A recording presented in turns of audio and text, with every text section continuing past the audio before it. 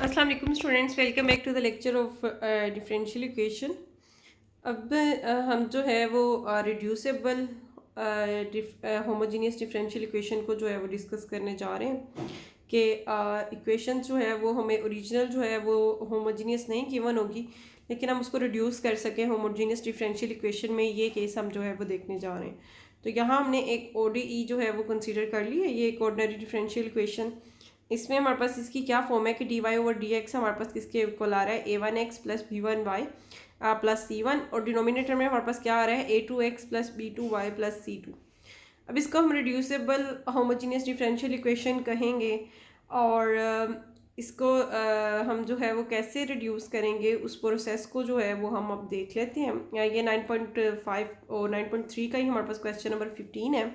15 से onward basically जो question है वो सारे रिड्यूसेबल होमोजीनियस डिफरेंशियल इक्वेशन के हैं कि इनको हम रिड्यूस करेंगे पहले होमोजीनियस में, और फिर जैसे हमने होमोजीनियस के काफ़ी सारे क्वेश्चन जो है वो सोल्व कर लिए हैं, तो जिस मेथड से हमने होमोजीनियस डिफरेंशियल इक्वेशंस को सोल्व किया है, सेम जब ये रिड्यूस हो जाएंगी तो सेम हम उसी मेथड से जो है वही सब्स्टिट्यूशन करेंगे y=vx, और उसी तरह ये हमारे पास जो है वो सोल्यूशन इसका आ जाएगा। मेन काम हमारा यहाँ ये है कि हम इसको रिड्यूस कर सके होमोजीनियस में। अब जो हमारे पास ये डिफरेंशियल इक्वेशन गिवन है, तो इसमें हम क्लियरली देख सकते हैं कि ये होमोजीनियस नहीं है, क्योंकि अगर हम न्यूमिनेटर और डिनोमिनेटर दोनों को x से डिवाइड कर देते हैं तो जो हमारे पास फंक्शन बनता है न्यूमिनेटर में बनता है 1 + 3y/x आ जाएगा, -5/x आ जाएगा हमारे पास। इसी तरह अगर हम डिनोमिनेटर को भी x से डिवाइड कर देते तो वो हमारे पास -y/x -1/x आ जाएगा।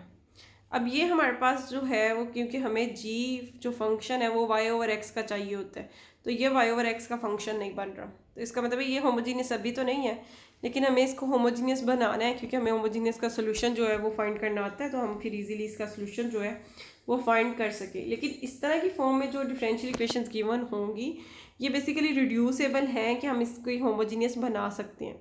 अब ये फॉर्म क्या है हमारे पास कि एक्स वाई और कांस्टेंट टर्म्स आ रही हैं। कांस्टेंट ये हमारे पास डिफरेंट है, लेकिन एक्स का जो है वो एक्स वाले वेरिएबल उसकी पावर 1 नहीं है, और मतलब एक्स और वाई का ना तो कोई प्रोडक्ट आ रहा है, इस तरह की प्रोडक्ट की फॉर्म में कोई भी टर्म नहीं आ रही। सारी टर्म्स जो है उनकी हमारे पास एक्स की पावर 1 है, वाई की पावर 1 है, और ये भी कांस्टेंट टर्म है। इसी तरह डिनोमिनेटर में भी हमारे पास लीनियर ही है, और इसमें हमारे पास क्या आ रहा है, एक्स और वाई का कोई भी प्रोडक्ट इंक्लूड नहीं है।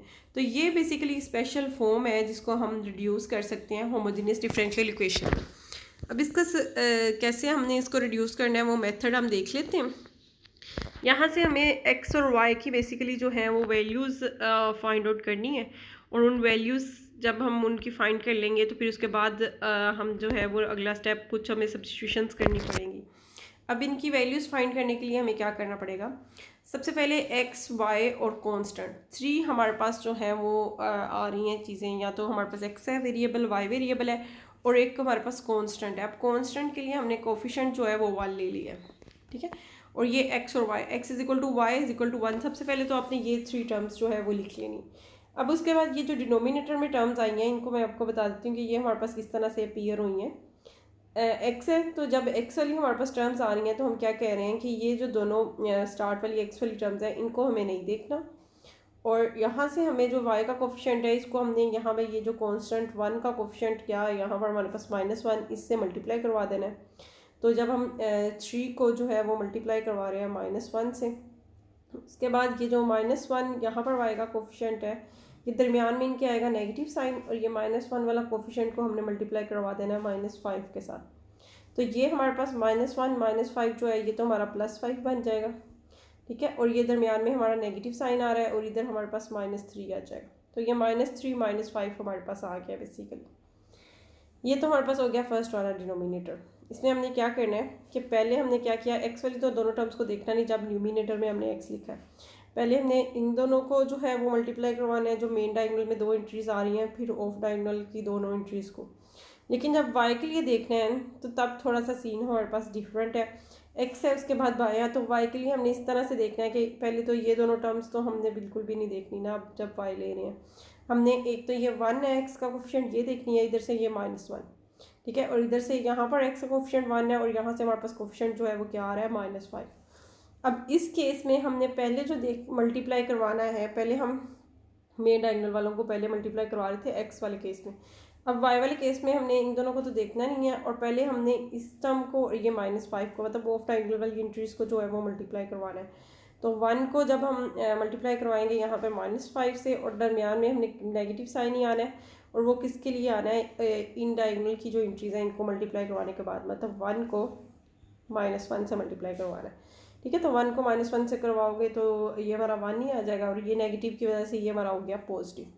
अब ऐसे है कि x के लिए जो हमने पैटर्न जो है वो अडॉप्ट किया था कि पहले मेन डायगोनल वालों को मल्टीप्लाई करवा रहे थे फिर ऑफ डायगोनल वालों को, तो कांस्टेंट के लिए भी वही पैटर्न आएगा। मतलब जो x के लिए फिर y का जो सेंटर में हमारे पास टर्म आ रही है उसका चेंज, और फिर कांस्टेंट के लिए अगेन वही पैटर्न कि पहले मेन डायगोनल की इंट्रीज फिर ऑफ डायगोनल की इंट्रीज। इनका ध्यान रखना जो है वो हमारे लिए ज़रूरी है, क्योंकि दरमियान में हमारे पास नेगेटिव साइन आता है। ठीक है, तो अगर हम इनकी जो है वो वैल्यूज़ को चेंज कर देंगे तो ये हमारी कैलकुलेशन जो है वो रॉन्ग हो जाएंगी।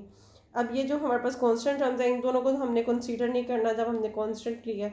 पहले हमने मेन डायगोनल की इंट्रीज को मल्टीप्लाई करवाना है, तो हमारे पास क्या आ जाएगा -1 और -1 को मल्टीप्लाई करवाने के बाद, उसके बाद हमारा जो है वो सेंटर में आना था नेगेटिव साइन, और 3 को हमने मल्टीप्लाई करवा देना है 1 से, तो फिर ये हमारा -3 बन गया। अब इसको सिंप्लीफाई जो है वो हम कर लेते हैं। सिंप्लीफाई करने में हमारे पास क्या होगा कि यहाँ पर x के हमारे पास सबस्क्रिप्ट में जो है वो क्या चीज़ आ रही है, -8 आ रहा है, और y के सबस्क्रिप्ट में हमारे पास क्या आ रहा है, -4। और आगे हम देखेंगे ये कांस्टेंट वाली टर्म जो हमारे पास 1 है, यहाँ पर इसके सबस्क्रिप्ट में भी हमारे पास -1 -3, ये भी -4 बन गया, -5 + 1 ये भी -4 बन गया, और -3 -5 जो है ये -8 बन गया। ठीक है, तो अब यहाँ से हमने जो है वो x और y की जो है वो वैल्यूज इजीली एवेल्यूएट कर सकते हैं। किस तरह से हम करेंगे कि पहले x/-8 को इक्वल पुट कर दें 1/-4 के, तो ये x/-8 ये -8 हमारे पास जो है वो इधर आके मल्टीप्लाई हो जाएगा, तो ये माइनस तो माइनस से कैंसिल हो जाएगा, तो x = 2 आ गया हमारे पास। अब y/-4 है तो इसको भी 1/-4 के इक्वल रखते हैं। अच्छा, मैं आपको करके बता देती हूँ। x पहले हम क्या करें, x/-8 को हमने इक्वल रखा 1/-4 के, तो यहाँ से हमारे पास क्या आ गया, x = 1/-4 मल्टीप्लाई -8, तो ये नेगेटिव नेगेटिव से हमारा कैंसिल आउट हो जाएगा, और 8/4 जो है ये x = 2 हमारे पास आ गया। इसी तरह ये दोनों टर्म्स इनको हमने यहाँ से ये -4 इस साइड पे आ जाएगा, तो y की वैल्यू हमारी क्या आ गई है 1। x और y की हमने वैल्यूज़ जो है वो वैल्यूएट कर ली। अब अगला हमारा स्टेप क्या है, जब x और y की वैल्यूज़ हमने फाइंड आउट कर लेनी है, तो जो स्मॉल x हमारा वेरिएबल चल रहा था उसको हमने नए वेरिएबल से रिप्लेस कर देना है कैपिटल x से।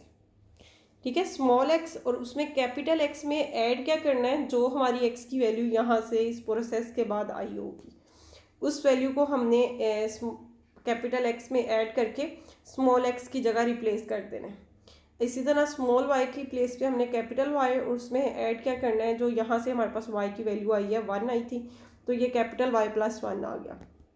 तो ये स्मॉल x और स्मॉल y की हमने जो है वो वैल्यूज़ इस डिफरेंशियल इक्वेशन में जो है वो सब्सिट्यूट कर देनी है। जब इस डिफरेंशियल इक्वेशन में स्मॉल x स्मॉल y की वैल्यू सब्सिट्यूट कर देंगे, फिर उसके बाद इसकी हमने कर लेनी है सिंप्लीफिकेशन।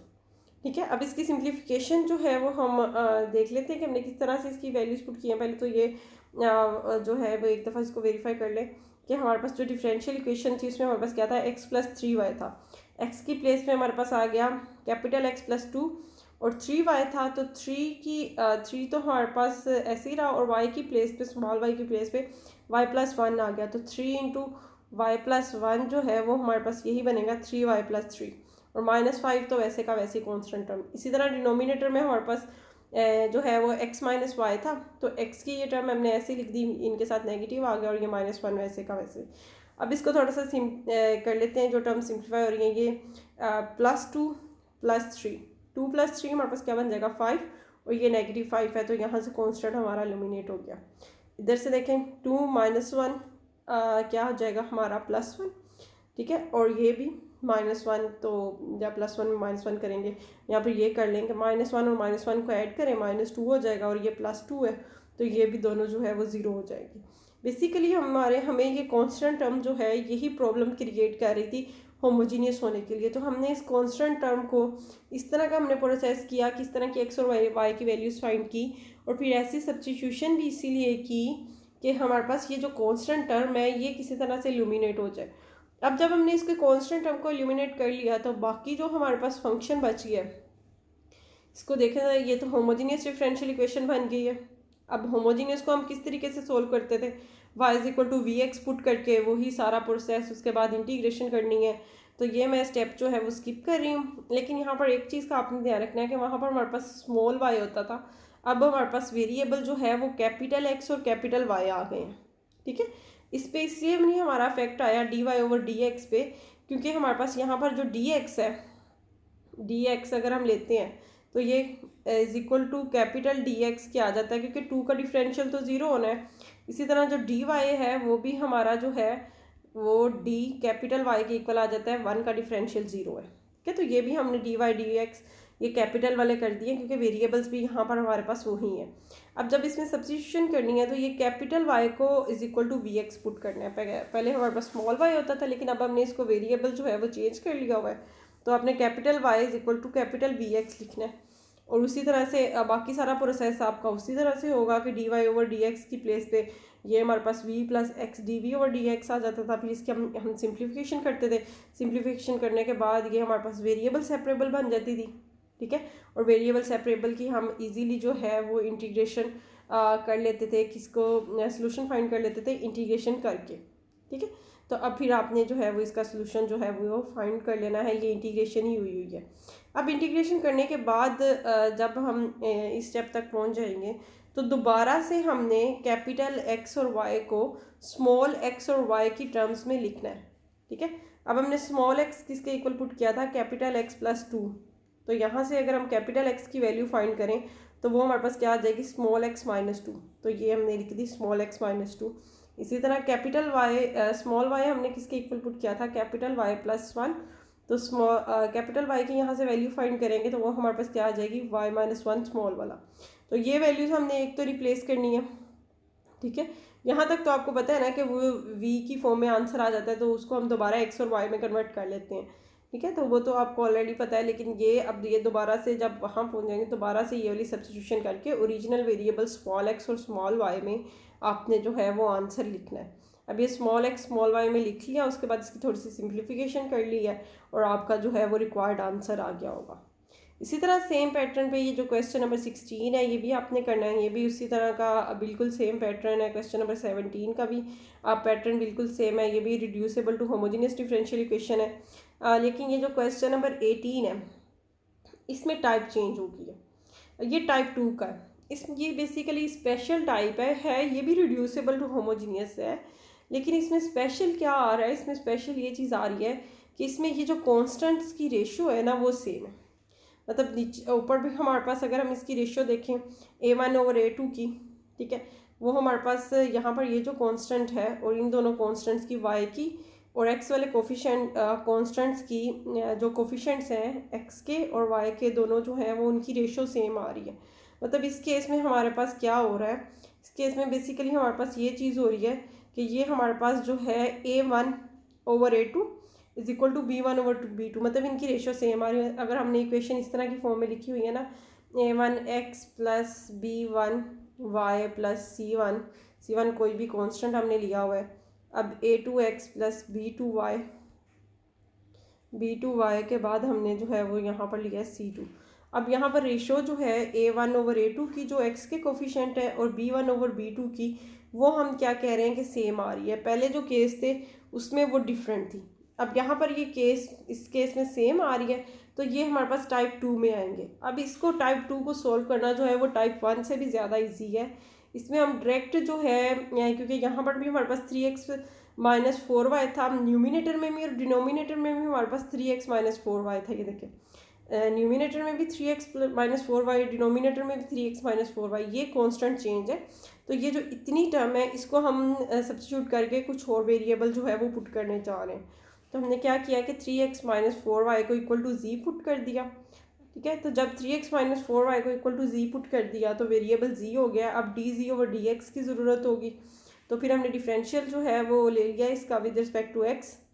ठीक है, तो जब विद रिस्पेक्ट टू x हमने इसका डेरिवेटिव ले लिया है तो ये 3x, x का derivative with respect to x 1 आ गया, 3 वैसे का वैसे ही रहा और ये 4 था और ये y हमारा dy ओवर dx बन गया और z जो है वो हमारा dz ओवर dx बन गया। अब यहाँ से हमने क्या करना है कि हमें आगे जो यहाँ से रिक्वायर्ड है वो हमें चाहिए कि D Y over D x की वैल्यू लिख लें कि वो क्या आती है, क्योंकि D Y over D x की प्लेस पे हमने डी जी ओवर डी एक्स वाला जो है वो रिप्लेस करना है ना। तो फिर हमारे पास d Y over D x की जो वैल्यू है वो ये आ जाएगी कि हम ये 4 को इधर ला के डिवाइड कर दें तो ये 1/4 3 माइनस डी जी ओवर डी एक्स, ये हमारे पास d Y over D x की जो है वो वैल्यू आ जाएगी। अब ये D Y over D x की वैल्यू और जी हमने ओरिजिनल जो हमारे पास डिफरेंशियल इक्वेशन थी यहाँ पर D Y over D x की जगह वैल्यू पुट कर देनी है और इन दोनों की प्लेस पे हमारे पास क्या आ जाएगा, जी आ जाएगा। तो ये हमारे पास इक्वेशन की फॉर्म बन गई है। ये D Y over D x की प्लेस पे हमने ये वैल्यू पुट कर दी, ये 4 इधर आके डिवाइड हो गया और ये z-2 और z-3 ये हमारे पास बन गई इक्वेशन की फॉर्म। अब इसको थोड़ा सा मज़ीद सिंप्लीफाई अगर हम करें तो हम देख सकते हैं कि ये हमारे पास जो है वो वेरिएबल सेपरेबल बन जाएगी। डायरेक्ट ही हमारे पास ये जो इक्वेशन है ये वेरिएबल सेपरेबल में अब जो है वो कन्वर्ट हो जाएगी। अब इसको सिंप्लीफाई कर लेते हैं, 4 इधर आके हमने मल्टीप्लाई करवा दिया, ठीक है। और मज़ीद इसकी जो है वो सिंप्लीफिकेशन देख लेते हैं, 4 को हमने मल्टीप्लाई करा दिया, ये 4z-8 हो गया, ठीक है। तो ये पूरी की पूरी टर्म हमने उठा के लेफ़्ट साइड पे शिफ्ट कर दी, उधर हमारे पास ऐड हो रही है, लेफ़्ट साइड पे आगे सब्ट्रैक्ट हो जाएगी और ये टर्म हमारे पास लेफ़्ट साइड पे सब्ट्रैक्ट हो रही थी तो राइट पे जाके क्या हो गया, ऐड अप। अब इसमें हमने क्या कर देना है कि इसको वो इसका एलसीएम फाइंड कर देना है, ठीक है। तो एलसीएम लेने के बाद हमारे पास जो रिज़ल्ट आएगा वो कुछ इस तरह की फॉर्म में रिड्यूस हो गया है कि ये हमारे पास z+1 न्यूमिनेटर में बच गया। इसकी हमने सिंप्लीफिकेशन बेसिकली कर ली ना, ये 3z-4z ये -z बन गया और -9 + 8 ये -1 बन गया, तो ये माइनस मैंने बाहर कॉमन लिख दिया। तो ये हमारे पास टर्म्स आ गई 2 और ये dz ओवर dx। अब z वाली टर्म एक साइड पे कर लेते हैं, x वाली हम एक साइड पे जो है वो लिख लेते हैं।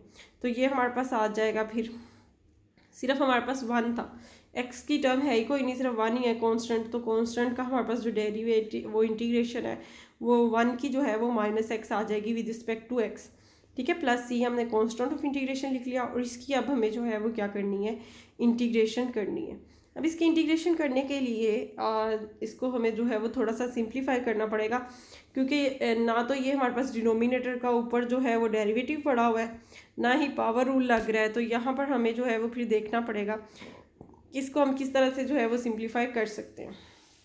अब जो डिनोमिनेटर में है वो हमारे पास क्या है, z+1। अगर हम न्यूमिनेटर में भी z+1 बना दें तो हमारे लिए ये काम जो है वो थोड़ा सा आसान हो जाएगा कि फिर हम z+1 को उन दोनों के साथ सेपरेट कर सकते हैं। तो इसलिए फिर ये -3 तो ऑलरेडी था, हमने 1 को ऐड भी कर लिया और सब्ट्रैक्ट भी कर लिया ताकि डिनोमिनेटर और न्यूमिनेटर को सेम करके इसको कैंसिल आउट कर सके। अब ये z+1 इतनी टर्म के साथ डिनोमिनेटर सेपरेट कर लें और इधर से -3 -1 ये हमारा -4 बन गया, इसके साथ भी हमने जो है वो डिनोमिनेटर को क्या कर दिया, सेपरेट कर दिया। अब इसको देख लेते हैं कि ये हमारे पास कैंसिल आउट होने के बाद क्या बनेगा।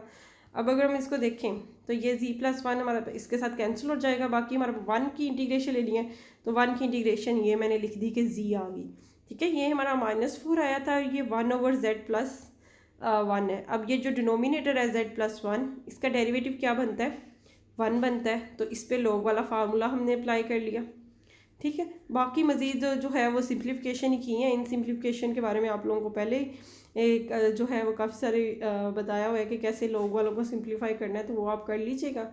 और यहाँ पर x की प्लेस पे जो है वो सिंपली वही वैल्यू दोबारा एंड पे जो, क्योंकि ओरिजिनल वेरिएबल्स में आंसर लिखना है ये आपने ज़रूर याद रखना है कि उसी वेरिएबल में आंसर निकाल के छोड़ नहीं देना, दोबारा उसको ओरिजिनल वेरिएबल में कन्वर्ट करना है। तो ओरिजिनल वेरिएबल हमारे पास 3x - 4y था, ये हमने z की प्लेस पे पुट किया था, तो इसको जो है वो आप लिख लें z की प्लेस पे और फिर इसको थोड़ा सा सिंप्लीफाई करने के बाद आपका जो है वो फाइनल सोल्यूशन जो है वो आ जाएगा।